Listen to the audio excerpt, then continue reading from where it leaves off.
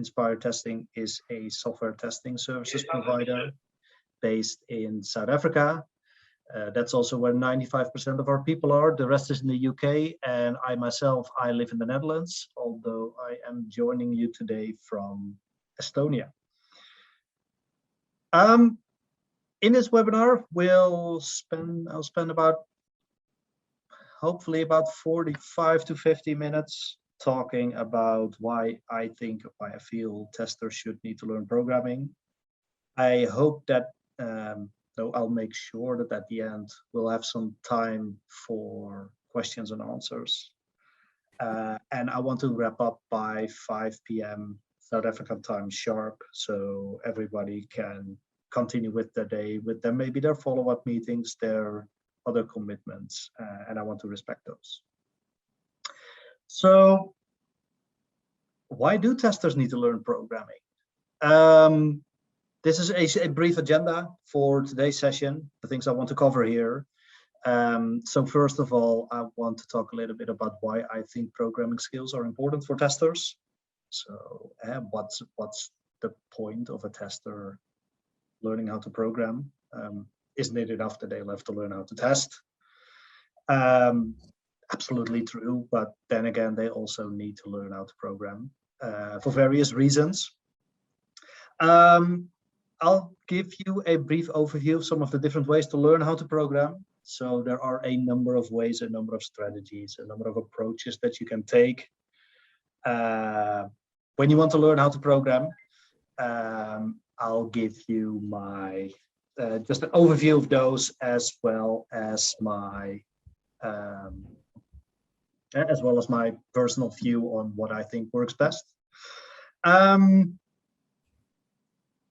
I'll give you an overview of what to learn when learning how to program as a tester. And as a quick sneak preview, it's more than just the language, really. It's more than just the syntax of a language. I'll give you a quick sneak peek into our course. So we have an introduction to object-oriented programming course that we are going to run very soon. And I'd love to give you a sneak peek of the contents of that course, the structure of that course. And as I said, I hope that at the end we have some time left, or I'll make sure that we have some time left for questions and answers. I'm not running this webinar alone. I have two very trusty sidekicks with me today. That is Candice Reyners, our academy coordinator. She takes care of all the logistics around the academy. And I'm also joined by Karen van Vleuten, head of this webinar, and she is our head of marketing at Inspire Testing. So she makes us all look good. That's what she does. So why should a tester learn how to program? I think there are a couple of reasons for that would make it beneficial for testers to learn how to program. First of all, and that's probably the most straightforward, the most logical reason for it is contributing to the ability. It gives you the ability to contribute to automation. Automation is, if it's not there yet, it is quickly becoming an essential skill for every software tester. That doesn't mean that every tester needs to be an automation expert, but at least there's fewer and fewer contexts, fewer and fewer organizations where you can get away with not at least being able to have a solid and high quality conversation about automation. And if you want to do that, and if you want to start making a valuable contribution towards automation, it is essential that you learn how to program. And you might think, well, but what if we're using low code or even codeless tools? I could just fill an entire webinar with my views on low code and codeless tools. I'm not going to do that, but the long and the short of it is, even if you're using these low code or add these abstraction layers really on top of the code, you are still coding. You're still writing code. So if you're using tools like Catalog or Robot Framework or Mabel or Applet tools or on all these abstraction layers on top of the code that performs the automation, you are still programming. You're still writing code. It's just the syntax that is different. And even if you're using tools like that, you will still you'll still benefit a lot from knowing how to program, because knowing how to program, you'll see that as we start talking about what to learn as another, if you want to learn how to program. Programming is more than just knowing a syntax of a language, much more. It's knowing how to convert, how to express algorithms in code, how to think logically, how to create reusable building blocks, how to apply good programming principles. And those skills, it's much more a way of thinking than just remembering a lot of syntax and a lot of tricks and keywords. And those skills, again, it's a way of thinking, a way of structuring things, structuring algorithms, expressing algorithms of code. That's going to be highly beneficial, even if you're using so-called low-code tools. Other than just what people see as pure automation, so creating checks that support your testing, creating checks that replicate something you might previously have done, what people call manually. There's a lot of other ways you can benefit from learning how to program as well as a tester. You can write code to support your testing activities and write little scripts to create test data in your application. Write pieces of code that help you analyze log files. Write pieces of code that generate test reports. Write pieces of code that spin up a test environment. Write pieces of code that create an entire continuous integration pipeline. Those are all forms of automation that people don't necessarily think of too much when they talk about test automation, because they typically talk about automation of test execution, but there's a lot more that you do as a tester. And many of those things can be supported by code as well, can be supported by tools. So even if you're not automating test execution, there's a lot of ways you can benefit as a tester from knowing how to code. Again, I create scripts that generate test data, create scripts that create test environments, and so on. It'll also help you. It also gives you the ability to read and better understand application code. And that's a massive benefit if you want to say, well, how am I going to test this? How was this tested? How was this developed? And what kind of hooks does this code give me to test? Why is it not working? And you could just say, well, dear developer, it's not working, and throw it back over, throw your defect back over the wall, either by talking to your developer or via tools like Jira or something. But it's often much more convenient and much more useful, much more valuable if you can have a look at the application code and see what is actually happening. And understanding program structures, understanding programming language structures are going to be massively beneficial there as well. So the ability to read and understand application code is, plus it helps you design better tests if you read and understand the application code. But in order for you to be able to do that, you need to learn a language, and not just a language, but also object-oriented programming principles and structures. That's going to be massively helpful for you as well. And finally, it helps you have more meaningful conversations with your fellow team members, with developers, but also with fellow testers. If you're not the person who is writing automation, it helps you have more meaningful conversations with the people who do. That doesn't mean you need to be able to write it yourself, but at least if you understand that code, That also requires for the code to be actually readable, by the way. But it helps you have more meaningful conversation about what does this test actually do. Again, what does this piece of code actually do? But also for test code, what does this test do? It helps you better understand what is actually covered by the automation. What is and more importantly, what is not covered by the automation. So the ability to understand code, understand what's written in that specific programming language, be it Java or C#, Python, JavaScript, whatever, helps you better understand and have more meaningful conversations with your fellow team members. And when people have more meaningful conversations with the fellow team members, you get more collaboration, you get knowledge sharing. That's where people learn, that's where people grow. And that's also where the quality of the application and the quality of the software development process starts to benefit.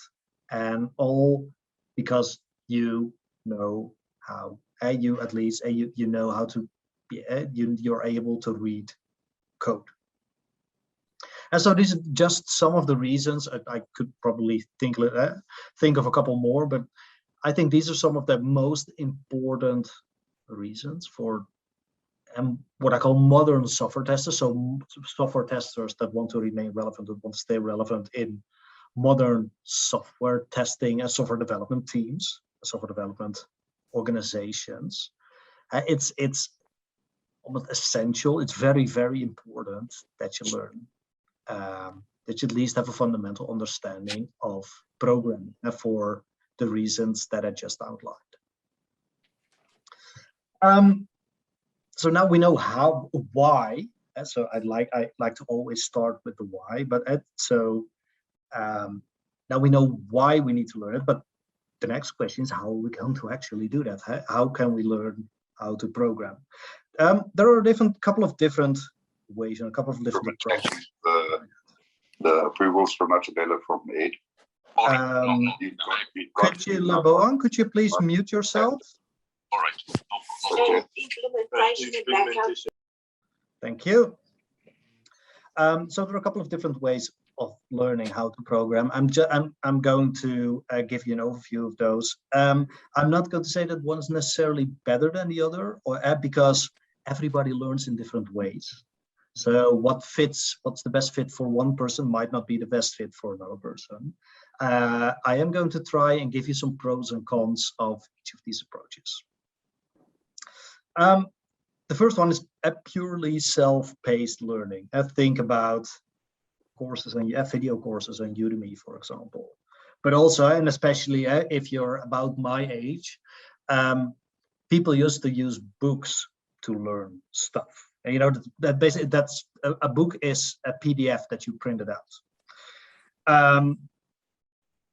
That's also a great idea because some people just learn better reading stuff compared to watching videos. I am one of those persons. I much rather read something than watch a video because that works way better for me. And there are, compared to paper books, you also have lots and lots of tutorials on the internet that can help you and that explain. If it's an extensive tutorial, it tells you, it takes you all the way. So it starts with the basics and then it teaches you everything all the way up to the advanced topic. Or you have tutorials that focus much more on a specific challenge or problem or subject in general. But these all three are entirely self-paced, which means you can consume them at your own pace in your own time, and that's really convenient because it's really convenient to schedule. What for me is one of the drawbacks of this is that consuming knowledge is just one step, the first step in mastering a new skill and learning a new skill. And you also need to apply it. And the problem with these self-paced ways of learning, at least for me, is that there's no direct trigger to actively apply what you've learned, which makes it, for some people at least, including myself, hard to actually learn stuff and really deeply learn it through applying it to others, applying it to actual real world problems. A variation on those self-paced learning platforms or ways to learn at the self-paced is through platforms like Codecademy or LeetCode. And those also give you some bad, but those also provide you with online challenges where you can actually apply what you've learned and you get feedback about the things that you do.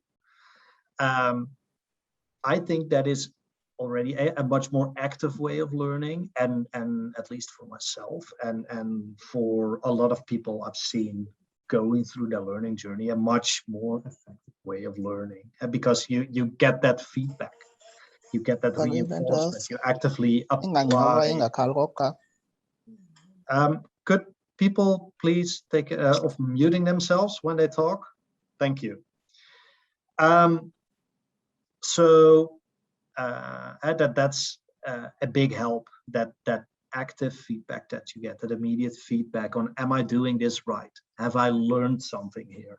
And platforms like Codecademy and LeetCode allow you to do that at your own, in your own time, at your own pace, at your own schedule, which is great, especially if you try to fit learning around your day work and all your personal responsibilities and all those kinds of things. Yet another way to do this is through bootcamps. A bootcamp is basically a course on steroids. It's high octane, high powered learning. So a bootcamp is typically anywhere between 2 weeks and 3 months, maybe. And you get a lot of learning, and you learn a lot of new things in a very short amount of time. So they're really intense. They take a lot of energy from you, but you get a lot of that in return as well. And so they're great. And bootcamps are typically instructor-led, which gives you the added benefit over the self-paced learning ways of learning, that you have the opportunity to ask questions and not just to the trainer, but also to your fellow students. And with these self-paced learning, you're on your own, really. And so you got the instruction in a book or on the screen, but you don't get the interaction, really. And in the boot camps, there's a lot of interaction because you work with a group. Typically, you have a trainer or a couple of trainers. So there's a lot of interaction, a lot of opportunities for asking questions, for reflecting, for exchanging knowledge, and from learning, not just from the trainer, but also from your fellow bootcamp students. And so they are a great way to learn a lot of things in a short amount of time, really. And the final way of learning is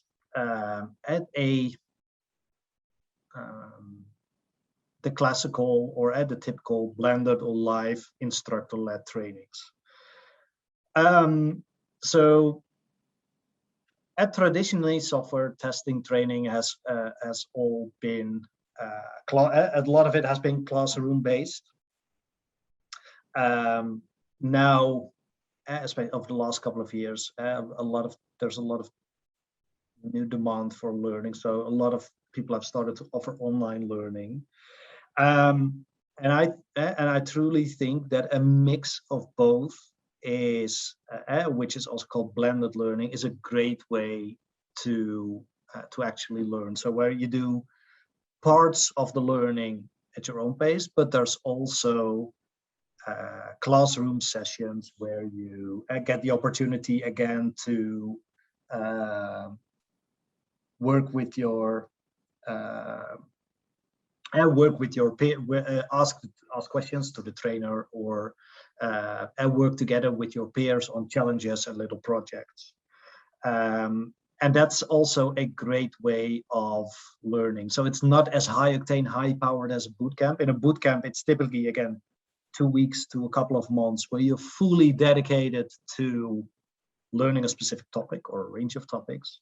And with blended lifestyle, there's more flexibility in the schedule. There's also often time between sessions to let things sink in, to apply the things that you've learned into your daily work and to reflect on it, to let it sink in, to give your brain time to make those new neural connections. And I think that is a great way of learning. So that it might take you a little longer. So boot camps are, again, high octane, so that they cram a lot of stuff in a short amount of time. Courses typically might take a little longer, and they're stretched out over longer duration.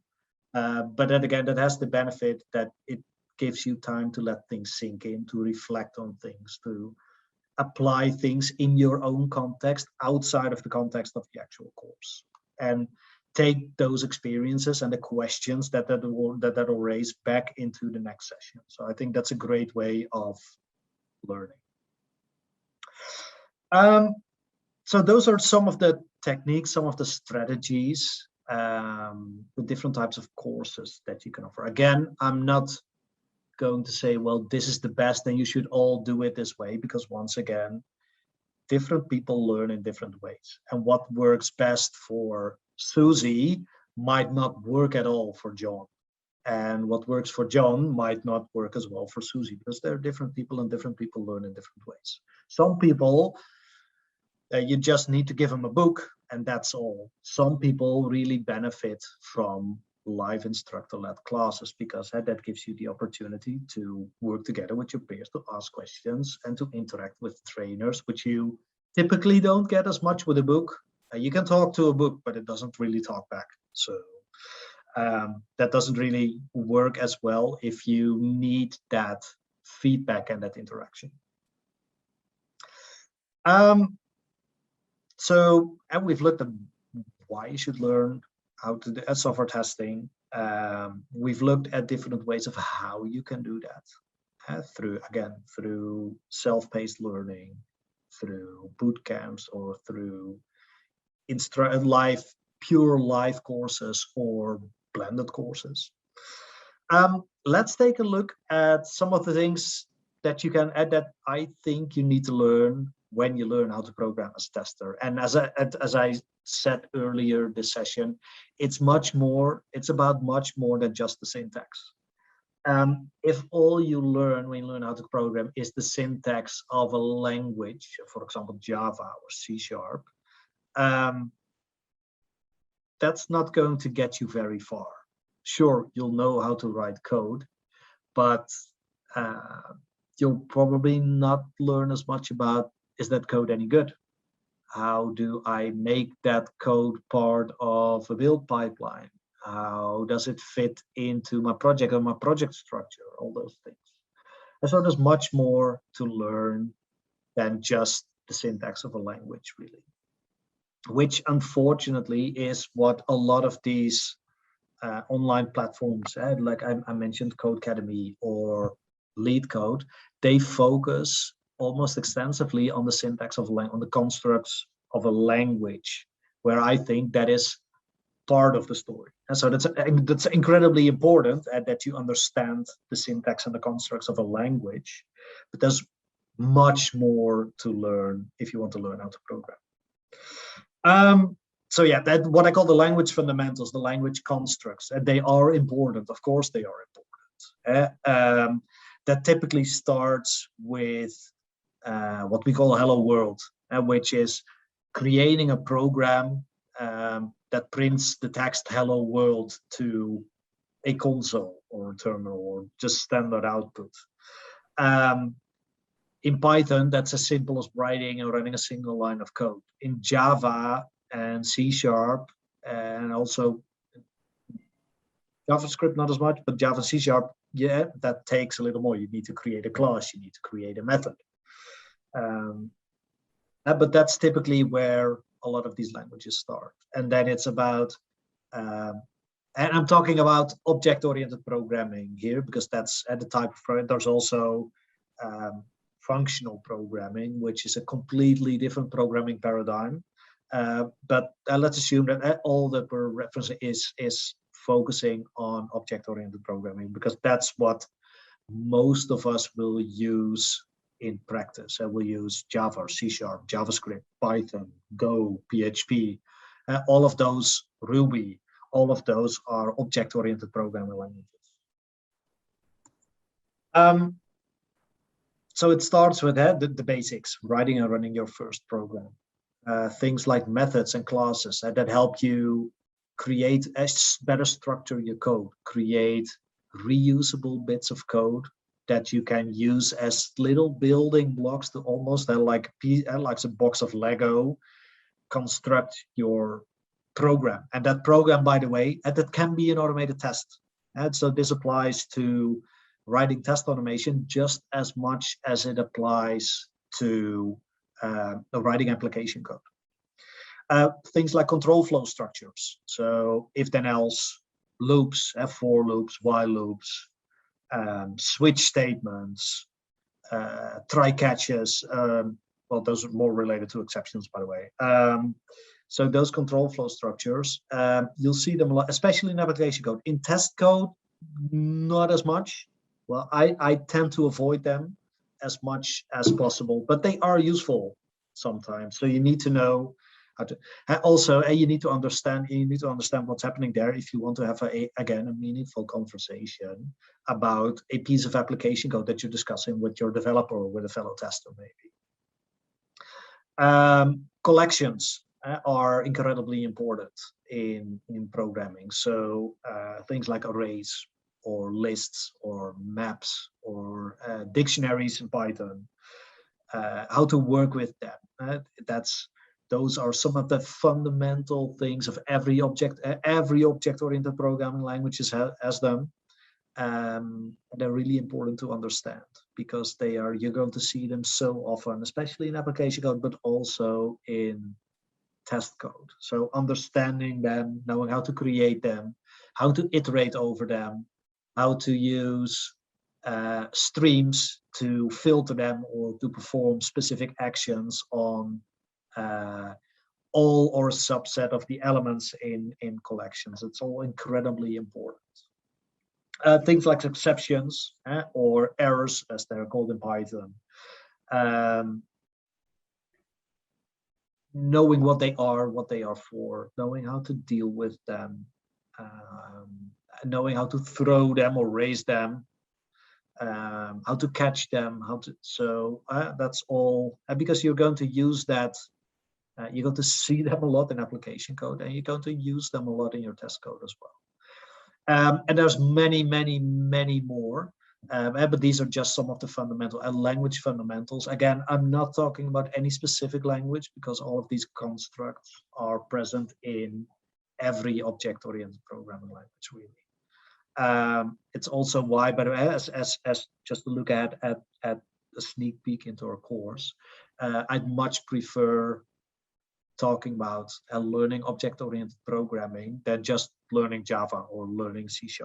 Because yes, learning the syntax of a language is incredibly useful, but what's even more useful is learning these fundamentals, because as I sometimes jokingly say, if you know these constructs, then you're just one Google search away from knowing how to do it in a specific language. And if you understand these constructs and you know when they are used, it's just a matter of Googling the syntax. And I do that a lot, by the way. So every time I need a switch statement in Java, I need to Google the syntax again because I just forget. But I know that it's there. I know what it's used for. I know when it's useful and when it's not so useful. And then I can just look it up. And if I work in a different programming language, that's a different Google search, but I know that the construct exists. So, and that's what I think it's much more important to know, these fundamentals, these constructs. And then, of course, you learn how to how to apply them and where they work by actually applying them. But if you focus on, well, not just the how, not just the syntax, but also why you're using and when and what case you should use them or should not use them, that's incredibly useful. What I also think is very important is these 4 fundamental pillars of object-oriented programming: encapsulation, inheritance, polymorphism, and abstraction. Why? Because they are so omnipresent everywhere, in application code, in test code as well. Maybe not abstraction, but the other 3 are definitely often used in test code as well. And I think it's incredibly important to understand them and also understand what their purpose is, why they are used. And so then you know that encapsulation is about hiding implementation details of an object, of a class, and only exposing the methods and access to methods and maybe directly to properties to those who deserve that access, who need that access, and hide all the implementation and not just throw it out in the open. Unless you're using Python, where everything is public by default, but that's a different story. That same goes for inheritance, polymorphism. Knowing when to use them and how to use them is incredibly important. And I forgot to put these on the slide, but the same applies to the solid principles. And so single responsibility, open closed, list of substitutions, dependency, inversion of control, and one that I tend to forget. But these solid principles, and that applies, the same thing applies there. Incredibly useful to know, because they help you to better understand application code and to better structure your test code. So they're important concepts to learn. But next to the language itself, there's the whole ecosystem around that programming language that I think you should understand. So your IDE, your integrated development environment, your basically your text editor for your code. So IntelliJ or Eclipse for Java, or Visual Studio or VS Code for C#, PyCharm for Python, or whatever. If you're programming Notepad++, it's a understand at least all the tools and the features and the bells and the whistles that those IDEs offer. Things like package managers and build tools. So, for example, Maven or Gradle for Java, NuGet for C#, pip for Python. These are all incredible. These are essential tools for every programmer and for every test automation engineer, which means that you need to learn how to use them and what they are for. Version control systems, Git. Everybody uses Git these days. Or maybe Subversion, or maybe you have a different kind of version control system. But at least you need to know it's the basics of its mechanics and how to use it, because that's going to massively help you collaborate effectively with the rest of your team members if you're writing code. And the same applies to continuous integration platforms, Jenkins, GitLab, Bamboo, CircleCI, whatever it is that you use. Knowing how to use them is going to be incredibly beneficial if you are learning how to code. Of course, our main audience here is testers. So I think that if you're learning how to program, you can't do without learning more about specific testing tools and libraries. And those include learning a little bit about unit testing frameworks, because they are an important part of basically every automated test suite, even if it's not unit tests. If you're using Selenium, for example, if you're using REST Assured in Java for API testing, or REST Sharp in C# or requests in Python, you'll need to combine that with the unit testing framework, which means you need to learn how to work with JUnit or TestNG in Java, with MS-Test or NUnit or XUnit in C#, with PyTest or UnitTest in Python, and so on, and with Mocha or Jest in JavaScript. All unit testing frameworks that you need to have knowledge of. Same goes for API testing libraries and UI testing libraries. So again, the REST Sharps, the REST Assureds of this world, and Selenium or Playwright or Cypress. Those are all incredibly useful things to learn if you learn how to program. And also linting tools, so automatic code formatting, static code analysis, which helps you analyze the complexity of your code, for example. Things like mutation testing, that helps you automatically assess the quality of your tests. Tools like those are going to be incredibly helpful in your, at some point. It's not, I wouldn't recommend that as a starting point, these kinds of tools, but because you need to know in which context they operate. But at some point in your learning journey, they're going to be incredibly useful things to learn and to know. And then there's what I call the sort of kind of grouped under other skills, and knowing how to debug, how to work with a debugger, how to make efficient use of a debugger. Doing code reviews, where you take somebody else's code and you analyze, you take a good look at it. You say, well, I don't like that, or that's brilliant. That's also a very useful skill to have. And learning how to refactor and add to, again, have a look at existing code, identifying areas for improvement, and then actually improving the code without negatively influencing the external behavior of that code. And so either what your test is doing or what your application code is doing. And those are all going to be incredibly useful skills at some point during your journey in learning how to program.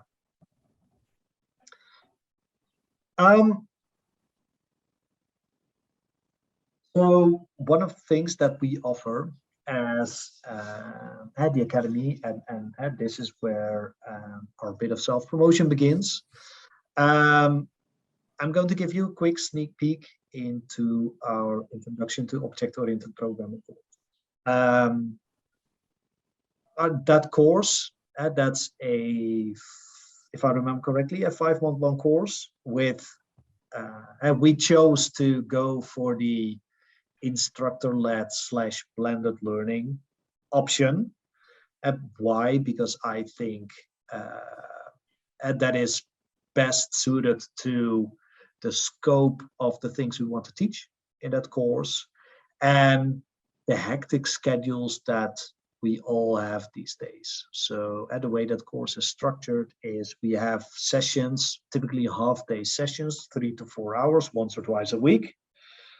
And we cover a specific subject or a couple of subjects from that list that I just gave you. So our course offers more than just learning the syntax of a language. And we do talk about the fundamental, the pillars of object-oriented programming. We talk about the ecosystem. We talk about debugging and refactoring and doing code reviews. We talk about, again, about the ecosystem and all the tools and the testing libraries that you will learn and you will need to know how to use as a tester.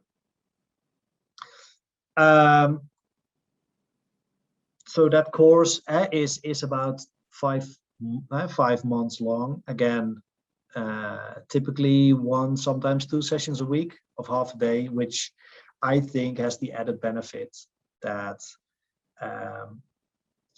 it's easier to fit into your schedule, and it's also, it gives you the opportunity to let things sink in. It allows you the time to let things sink in, because learning how to program is hard and that takes time. And you typically don't learn that in 2 weeks or 3 weeks or 4 weeks. And that it's a much longer journey.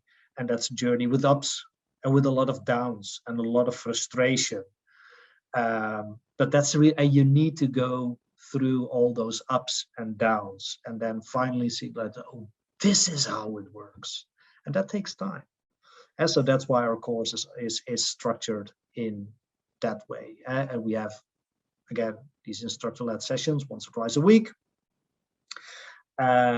where we answer questions, learn some new stuff, apply that new stuff, and then you get take-home exercises where you can practice all the things yourself, either through exercises that we give you or through exercises that we pull from somewhere else that you can practice. And that's where the blended learning part of what we do comes in.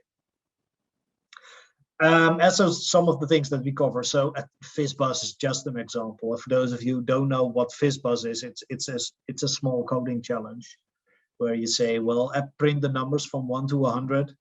But if the number is divisible by 3, print fizz instead. If the number is divisible by 5, print buzz instead. And if the number is divisible by 3 and 5, print fizz buzz instead. That's it's a relatively simple coding challenge, but we do this in like the third or the fourth session. It's actually something that is still sometimes asked in coding interviews. And so interviews for developers. And so how would you solve fizz buzz? And that's just one example of these coding challenges, right? Because they help you apply, first of all, how to, one of the things they do at these coding challenges is see if you can tackle a challenge in a structured way, and apply a common object-oriented programming structures and constructs. Like for example, with FizzBuzz, say you typically use a for loop and if then else constructs. How to learn it. So that's a great way to apply what you've learned, and also take that and include that part about, and not just repeating what a trainer tells you to do, but also the logical thinking and the puzzle solving part, because that's a big part of learning how to program. And programming is basically solving puzzles all day through code. Again, one of the other things that we really put a heavy focus on quite early in the course already are these 4 pillars of object-oriented programming. So again, your encapsulation, your abstraction, your inheritance, and your polymorphism. Why? Because again, I think they are so incredibly important. They're so omnipresent. You see them everywhere. And for example, when we talk about encapsulation, that's a perfect trip to talk about access modifiers. And so your public and private and protected keywords, and what it is exactly that they mean, what their effect is, and how to effectively use them, and how to, and we talk about design decisions there, and design decisions, that sounds really grand and big, but programming is making design decisions almost every minute or so. Am I going to make this method or this property public? Am I going to make it? That's design decision, and they all have to do with encapsulation. The same goes for inheritance, so defining parent-child relationships between objects, between classes, and it's going to massively help you better structure your test code and better understand your application, because it's so often used there. And the same goes for the other 2 pillars. So and we teach all of those, and we'll cover them, we'll return to them, we'll reference them a lot later on. So for example, if we talk about page objects in Selenium, that's not something that's unique to Selenium. It's just encapsulation in action. Base pages, it's inheritance in action. So those are all just applications of these fundamental pillars of object. So that's why we tend to put a lot of focus on these fundamentals, on much more than just telling you what the syntax of a language is. Because we want you to learn to think like a programmer, and not just become somebody who knows how to type codes in editors. And of course, because we are testers, we put a lot of effort in writing tests. Those can be unit tests, integration tests, end-to-end, all different kinds of tests, but that's a part of the program as well. Writing tests and applying what you've learned about these, about the programming languages in those tests, because they help you better structure your code. They help you write good, readable, maintainable, reusable test code, just like they help you write readable, maintainable, reusable application code. It's almost like test automation is software development, which totally is. And so that is incredibly important here. So there's a lot of focus in that course on writing tests, because also that's a great way of getting feedback about if the code that you've written yourself is actually doing what it's supposed to be doing.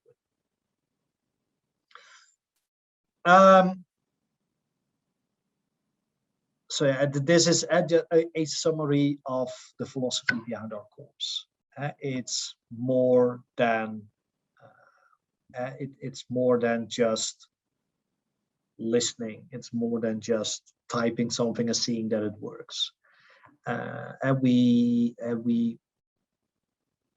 think, and we do that in our course. I honestly believe that we do that in our course. But even if you say, well, I'm going to learn this in a different way, I think it's incredibly important to not just learn how to do things, but also learn when to use it and when to use something and when not to use something, and why you should use it in the first place. That's going to be so much more useful than just learning how to do stuff. You probably all heard the expression, if all you've got is a hammer, then everything looks like a nail. That's when you learn, that's what you get when you only learn how to do things. I definitely did that in the past. I learned everything about a specific tool, and then I tried to solve every problem with that tool. That's not going to be really effective, because I don't trust the carpenter if I ask them to build a cabinet for me and all they bring is a hammer. I also don't trust myself anymore when I'm just focusing on a single tool and trying to solve all of my automation problems with that. So, and the why is incredibly important. And it's also about much more than consuming. I think it's about applying, about trying, about failing, about going through that frustration of why is it not working, and oh, I can never do this. And we've thought those moments are going to come, and you're going to get out of them. You're going to get out of them at some point and reach that next high in your learnings. But you only learn that through trying and through applying, taking out of the lessons, out of the sessions, what you've learned, and applying it within your own context. And a really important part of a learning experience, I think, and that's why we also put a lot of attention into that in our courses, is sharing what you've learned and your solution to problems with the trainer, but also with your fellow students, because that's what you hear a lot. You only really know you understand something if you can explain it to others. And so, as a trainer, I asked participants in my courses a lot of times, well, can you show to the rest of the group how you solved something, and talk them through your solution? Because that's going to be a massive help for me, because I can then better understand if they actually understand what it is that they've done. And it's going to be reassuring for them to see, well, I can now explain it to others. Then I must really have learned something. And so that sharing part is definitely incredibly important too. So yeah, that's it for the plugging of our course and telling you more about the structure of our course, of all of our courses, by the way, but specifically this Introduction to Programming course. If you want to know more about that course, if you want to have more information about that course, go to inspiredtesting.com/academy/introduction to programming course. Or send me an email, send an email to training@inspiredtesting.com. And we'll be more than happy to tell you everything about the course, about scheduling, about prices, all those kinds of things. We've got 10 minutes left. I'm going to give it over to Karen to see if there are any questions. But first, I want to say, if you want to know more about, if you want to keep up to date with what we do at the Academy, if you want to, can you please, could you please mute yourself, Mochaka? So,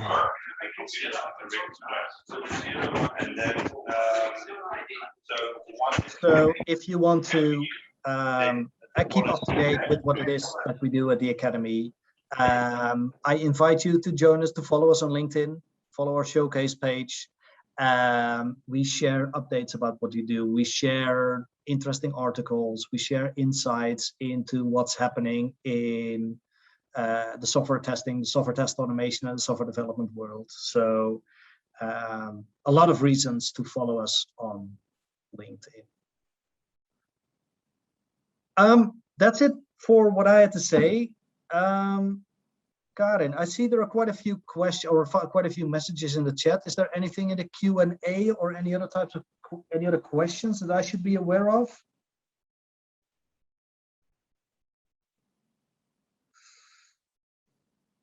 So question 1. So Karin sent them to me on WhatsApp. So I'm just going to go through them. First come, first serve. Amani asked, are there any free bootcamps available here in Cape Town? I don't know. The bootcamps I've seen in general, so I'm not aware of bootcamps in Cape Town. I live on the other side of the world, unfortunately. Most bootcamps are not free. A lot of bootcamps are actually quite expensive, but you get a lot for that in return. So free, also bootcamps, they take a lot of investment, a lot of time and effort from the trainers as well. So I don't know if there's a lot of free bootcamps, especially not, I'm not aware of any at all, and definitely not in the Cape Town area. But maybe someone who's local to Cape Town can help you out there. Again, I live on the other side of the world, so I'm not as up to date about what's happening in the South Africa region there. Given us, what's the easiest programming language a tester can learn with? Done Java 10 years ago in varsity. Is it okay to remind myself with Java, or can I start with C#? That's a really good question. And my answer would be learn object-oriented programming. Because then if you understand those fundamentals, the principles, the concepts, it's much easier to pick up a new language and to start to switch between languages. On the other hand, you'll need a language to start with. For people who are absolutely new to programming, I typically start with Python. Why? Because it has the lowest barrier of entry. Or start with Java because it's used so often. Since you've done Java already, since you've already started with Java, I'd say, well, why not continue with Java? Java is in high demand. There's a lot of demand for Java. So that's a great language to start with. But so would be C# or JavaScript or even Python. What I would recommend, though, is focus on more than just the syntax of a specific language. Again, that's why I stressed learning fundamentals and learning more about object-oriented programming principles. And because those cross the boundaries of individual languages. And those are understanding those will help you if you know how to apply them in Java. You'll quickly learn. You'll be able to quickly learn how to apply them in C# or in Python or in JavaScript. And so, pick a language, any language that's in reasonable demand, but then also go beyond that language and learn more about the fundamentals, because that's going to massively help you in the long Tobani asks, I have a diploma in information technology, who's still unemployed. I did have software testing as a module and also know unit testing. What do I want to know? What I need to do or learn for me to be a software tester? Thank you. So this webinar focused on programming. Obviously, if you want to learn how to be a software tester, there's much more than just you need to learn how to be a good software tester. You need some automation knowledge. There's lots of different things you need to learn. I do want to give a quick shout out to our traineeship. So if you are in the position to take on to the traineeship, please, I'd love to tell you more about that. Not on this webinar though, because there's just not enough time. But by all means, do reach out either to me directly or through training@inspiredtesting.com. And I'm happy even if it's just giving you insight into what we teach in our traineeship, because I think it's a very well-balanced program that gives you everything you need to get started in software testing. And that includes learning how to program, but there's much, much, much more. It's a one-year program, so it'll take you some time. But again, if you want to know more about that, by all means do reach out, and I'm more than happy to share with you what we do in that traineeship. Trevor says, Bas, which low-code record and playback tools works well with object-oriented programming? That's a really good. You included a laughing, crying while laughing smiley. I don't think we use those a lot, but I know where that comes from. The problem is the record and playback. So in low-code tools, you can definitely use them. So I typically use Robot Framework which I think falls into the low-code category. But you can definitely apply encapsulation and inheritance there without any problem, even polymorphism. The record and playback, however, I'm not a very big fan of. Why? Because there's much less to absolutely no control over the quality and the structure of the code, because that's all generated. Some of these record and playback tools have gotten much more intelligent, but you're submitting yourself to the whims of a tool, really. And you're really submitting yourself to what can this tool do, what can this tool not do. So I can't, in the record and playback area, I can't really recommend any, but again, low-code tools in general, you're still programming. So it's still very useful to understand these object-oriented programming principles. Tamsanka, if I'm pronouncing that correctly, I've asked TQB Foundation how to test session Bootcamps, but now I'm looking for entry-level software testing, just started a few days Catalan Studio tool. What else can I study to increase my chances to get to the testing world? Again, for you too, Tamsanka, I'd love to tell you more about our traineeship. Even if you say, well, that's not for me, at least it gives you a good overview of what we think every software tester should have in their tool belt. What every software tester should know. That includes automation, that includes programming, but there's much more to it. I'd love to tell you more about that. I'm going to skip Trevor's second question because he admits it's a little bit out of scope and we don't have a lot of time left. Emmanuel asked, does your organization have graduate programs or internships? Well, I think you've got the answer to that question already, Emmanuel. Yes, we do. We have a one-year program. Intake starts 3 or 4 times a year. It's a one-year program where you learn how to be a software tester, you learn something about automation, you get practical exposure to actual clients, so you learn how to apply the things you've learned too, so that it's definitely not all classroom. A lot of it is experiential and experience-driven as well. Again, I'd love to tell you more about that as well. And the final question that I got from Karin, and that's the final question that I'll be able to answer given time, is from Andrew, who says the Inspired Testing Introduction Program training is 5 months. Yes. The schedule workload for a typical week of the training. Again, it's That 5-month program is based on 1 half-day session a week, so 3 to 4 hour session. That's instructor led with an additional, well, that varies from one session to the next, but anywhere between 1 and 3 hours of additional learning. So, and that can be going through some additional videos or other resources that we use, working on some take-home exercises, challenges, or just reflecting and trying to apply what you've learned or what you've seen in your own context and bringing that back into the next session. And so total workload is anywhere between 4 and 7 hours a week, with 3 to 4 hours of those hours dedicated to actual instructor-led training. That's the questions that I've got.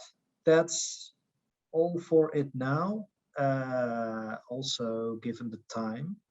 So I want to thank you all for taking the time out of your day to join this session, for all of your questions, and I hope to see you again. Again, if you want to know more about our course or any other service, just reach out or have a look at inspiredtesting.com/academy. Follow the LinkedIn, follow the Inspired Academy on LinkedIn, and don't hesitate to get in touch either with myself or with Candice, or just through training@inspiredtesting.com, which will reach both of us. And we hope to see you again and hear from you soon. Thank you all once again for your attention, for taking time out of your day, and have a great day or great evening wherever you are. Thank you.